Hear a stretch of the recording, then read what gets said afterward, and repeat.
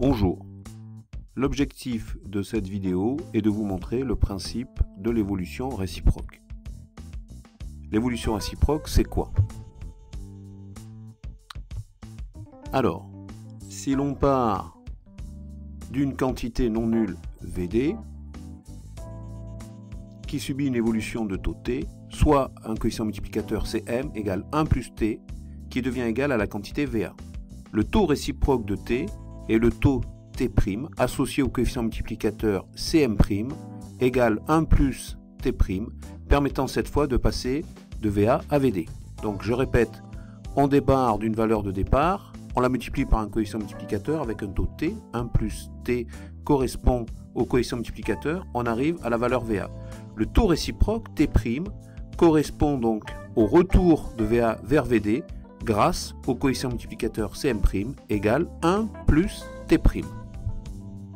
Alors, en fait, si on reprend le calcul, on a donc en fait une valeur de départ, je la multiplie par un coefficient multiplicateur Cm et j'obtiens une valeur d'arrivée.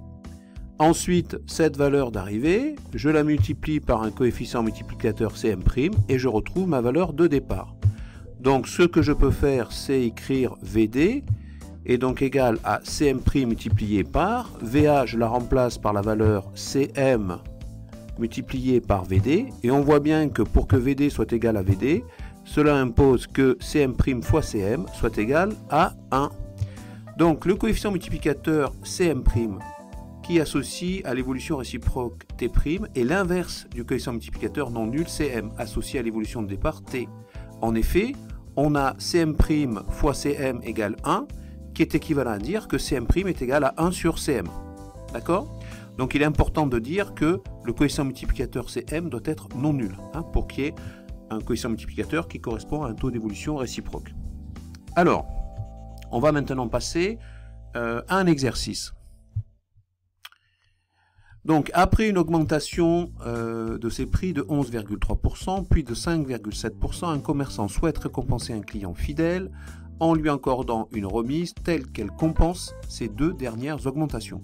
Déterminer le pourcentage de remise que doit effectuer le commerçant. Donc on démarre sur une valeur de départ, d'accord?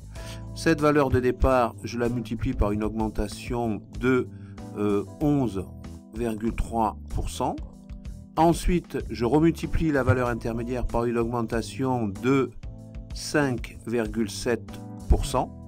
Et en fait, je lui associe un nouveau coefficient multiplicateur associé au taux réciproque, 1 plus taux prime, de telle façon, que je revienne à la valeur de départ. D'accord? Donc tout ça doit être égal à 1. Et donc, l'on va se retrouver avec 1 plus taux prime multiplié par 1 plus 5,7%. Multiplié par 1 plus 11,3%, tout ça doit être égal à 1. Donc au final, on va arriver à l'expression suivante, 2. Donc 1 plus taux prime égale 1 divisé par 1,7% multiplié par 1 plus 11,3%.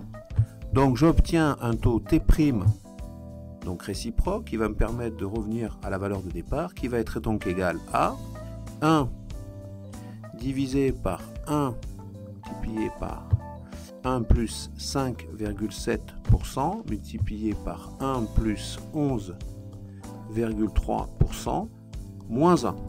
Et j'obtiens une valeur approximative de moins 14,99%. Donc on va dire qu'en arrondissant à l'unité, cela correspond en gros à un coefficient, à un taux de réduction qui va être de moins 15%. Donc si le commerçant applique une réduction de moins 15%, cela va compenser les deux premières augmentations. Eh bien, je vous dis à bientôt sur le site Scol Mathématiques.